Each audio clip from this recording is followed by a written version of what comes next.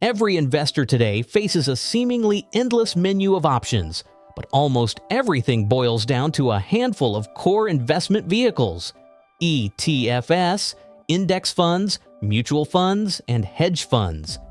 These are the foundational tools billions of people, pension funds, and even billionaire investors use to manage risk, chase returns, and ultimately build wealth over decades. If you feel overwhelmed by investment choices, headlines, or jargon, know that the core logic behind each vehicle is accessible, practical, and once you grasp it, gives you the confidence to find the right fit for your needs. Start with a simple image. Imagine an investment fund as a giant pizza. Instead of just pepperoni, you get slices of hundreds sometimes thousands, of companies, industries, and themes. This model exists because, realistically, you can't research every company or asset, nor can most people buy large enough chunks of even one giant business to move the needle. Funds deliver instant diversification, spreading your risk across many slices so no single one can ruin the whole meal. The first modern mutual fund was created back in 1924, the Massachusetts Investors Trust. It was revolutionary. It took the mystery out of Wall Street, letting everyday people pool their money and buy a basket of assets focused on growth. Its survival nearly 100 years later testifies to its power. Ordinary investors finally gained access to the market. Index funds, ETFs, and hedge funds all build on this basic function. Group investing managed as one. Mutual funds are the classic workhorse. When you invest in one, you aren't buying individual shares of Apple or Microsoft. Instead, you buy a stake in the fund itself. The manager decides how the money is spread out, balancing risk and reward according to their particular style or mandate. Some funds are active. A manager looks for the best opportunities, aiming to beat the index through superior selection. Legendary active managers like Peter Lynch at Fidelity Magellan led their funds to returns so extraordinary that a $10,000 investment grew over $280,000 under his oversight. But here's the real-world catch: you're not always hiring Peter Lynch. Most active mutual funds underperform the market once their fees are deducted, and those fees, often 1% to 2% per year, might look small, but they eat away at your returns like a termite's slow bite.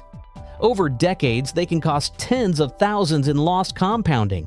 That's why understanding the underlying costs, process, and performance history of any fund matters as much as the performance you see on a chart. For most people, mutual funds are an entry point, often through workplace retirement accounts like 401ks in the US or RRSPs in Canada. Many become investors simply by signing paperwork at a new job, not realizing their savings are now riding on a manager's decisions and the structure of the fund. The 1970s brought a breakthrough, a twist on group investing that would forever change the game: the index fund. Instead of a manager picking stocks, an index fund just mimics a real-world benchmark, like the S&P 500, owning every company in the index in the same proportion. The pioneering spirit behind this idea was John Bogle of Vanguard. Initially mocked for settling for average returns, Bogle's logic was revolutionary. In reality, being average in the stock market means beating most professionals over the long run, simply because market returns are so difficult to reliably outperform once fees and taxes are considered. Vanguard is now a multi-trillion-dollar investment giant, and its index funds have quietly powered millions toward their retirement goals. The math is compelling. Index funds are synonymous with ultra-low fees. 0.03% isn't unusual. If you invest $10,000, you're essentially paying $3 per year, a negligible sum. Over decades, that small cost means thousands more in your pocket compared to active funds. Index funds track the market minus a sliver for fees. Over the years, the S&P 500 has averaged about 10% per year, and index funds have delivered nearly identical results. Warren Buffett frequently champions index funds. He instructed that 90% of the money left to his wife should go into a low-cost index tracker, a testament to his trust in the simple systemic return capture. You don't need to be glued to endless financial news or develop complex stock-picking skills. With one investment, you own slices of hundreds of companies, from tech giants to consumer staples, all at once. That's diversification, low cost, and ease. And while mutual funds may chase flashier performance, index funds just quietly capture the market's growth, with fewer nasty surprises and less need for ongoing monitoring. Enter the ETF, Exchange Traded Fund. An ETF takes the idea of pooled investing and adds the freedom to trade during the day, just like a stock. For investors who value flexibility, liquidity, and control, ETFs are ideal. Buy or sell at any moment during market hours, not just at the end of the day as with mutual funds. The first blockbuster ETF was SPY, launched in 1993 to track the S&P 500. It transformed investing for millions, offering instant exposure to all 500 companies, high liquidity, and simple trading mechanics that appeal to professionals and retail investors alike. What really sets ETFs apart is their range. While mutual or index funds generally stick to broad markets or categories, ETFs can target anything: the entire market, a niche sector, a regional basket, or specific investment themes like clean energy or artificial intelligence. It's like moving from vanilla and chocolate, your typical fund choices, to an ice cream shop with 1,000 flavors. The proliferation of ETFs has been explosive. As of 2023, the worldwide ETF market surpassed $10 trillion. But not all ETFs are created equal, and understanding what an ETF holds is crucial. Popular thematic ETFs like Key Innovation, spearheaded by Cathie Wood, soared in the 2020 to 2021 pandemic period thanks to bold bets on Tesla and other disruptors, only to fall hard when tech stocks corrected. ETFs are not guaranteed. Their risk and returns depend as much on their contents as their structure. The ability to trade anytime is a tool, sometimes a temptation. For most investors, simple broad market ETFs are ideal. Chasing narrow, volatile themes is a higher stress, higher risk ride.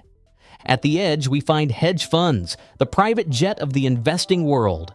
Unlike mutual index or ETFs, hedge funds are less regulated, limited to wealthy, accredited investors or institutions. In the U.S., typically those with $1 million net worth or $200,000 income. These funds act like private partnerships designed to pursue any strategy imaginable: long or short stocks, speculate on currencies, wield derivatives, or seek arbitrage across markets. Famous managers like George Soros and Ray Dalio have used hedge funds for legendary trades. Soros famously broke the Bank of England in 1992 with a $1 billion bet against the British pound. Hedge funds are built on creative freedom. With few restrictions, they can amplify returns by using leverage, bet against trends, shorting, or exploit obscure inefficiencies. Yet with great flexibility comes high risk and steep cost. The emblematic hedge fund fee structure is 2 and 20 WE, 2% annual management plus 20% of profits made. That quickly erodes investor returns and turns hedge fund managers into some of the richest people on earth. Leverage can supercharge wins but also destroy a fund. The collapse of long-term capital management in 1998 nearly destabilized the global system. A cautionary tale of risk run wild. Hedge funds aren't designed for ordinary investors. They lock up capital for years, have hard-to-understand strategies, and can implode despite their apparent sophistication. For most, just watching the race from the comfort of broad funds is a better path than getting behind the wheel of a high-octane hedge fund. When you line these vehicles up side by side, you see the stark differences in accessibility, cost, control, and risk. Mutual funds and index funds are available to nearly everyone with a brokerage account. Hedge funds live behind locked gates, requiring significant wealth to enter. ETFs are the easiest to trade. They act like stocks, giving instant liquidity, a boon for investors who may need to rebalance, take profits, or adapt as life evolves. Mutual funds only trade at day's end. Hedge funds are notorious for tying up your money, sometimes for years. Costs matter immensely. For index funds, costs can be just a few dollars annually. Trivial coffee money. Mutual funds are pricier, sometimes removing thousands from your portfolio over decades. ETFs offer bargains as well, often matching the lowest expense ratios of index funds. And on the far extreme, hedge funds extract hefty fees just for the privilege of access. Risk is where the real separation occurs. Index funds move in tandem with market averages, steady, predictable, and well-suited to long-term compounding. Mutual funds can outperform, but almost always lag after fees unless the manager is especially skilled. ETFs mirror index funds if broad-based, but can be extremely volatile if chased into niches. Hedge funds swing for the fences. Astonishing wins and catastrophic collapses are both possible outcomes. For most, the steady path of index funds and ETFs is a proven winner. Warren Buffett's famous wager, pitting a simple index fund against some of the best hedge funds over a decade, ended decisively. The boring index fund delivered 7.1% annual returns versus just 2.2% for the hedge funds. Simplicity, discipline, and patience won over complexity and bravado, a recurring theme in wealth creation. So how do you choose? It really depends on your goals. If you want simplicity, low cost, and the highest odds of building wealth over the long term, a broad index fund or ETF is hard to beat. If you want the freedom to buy or sell whenever, ETFs add flexibility. If you value professional oversight and trust a particular manager's process, mutual funds may fit. But watch those fees, and don't chase flashy one-year results over proven discipline. Unless you're building a portfolio measured in millions and can afford opaque strategies with potential lockups, hedge funds are best left alone. And what about trendy themes? ETFs offer exposure to almost any idea, factor, or style. Value, momentum, quality, smart beta. These are rule-based approaches that tilt risk and reward toward certain characteristics. But they aren't magic. Periods of outperformance are typically followed by long, dull stretches. Committing to small intentional tilts while keeping most money in broad market funds is a simple way to add flavor without risking the whole recipe. Rebalancing is a quiet hero. By periodically redrawing your allocations to match your targets, selling what's run ahead, buying what's lagged, you maintain balance and limit risk drift. ETFs and index funds make this simple. Active mutual funds often rebalance internally, though turnover can trigger unwanted tax bills. Hedge funds operate on their own logic. Alignment with your personal risk manager is far less predictable. You don't have to pick stocks or analyze every quarterly report. Dollar cost averaging, making regular investments at fixed intervals, works brilliantly. Lump sum investing also wins mathematically, but recurring investments help you actually execute your plan with less drama, less market noise, and more stability over time. Red flags when evaluating any fund: complex prospectuses full of marketing, performance charts cherry-picked for effect, mangers who can't explain their edge simply, or fee tables that hide true costs. Fund drift. Moving away from original strategy or mandate is common. Trust is good, verification is better. Imagine RIA and VIC.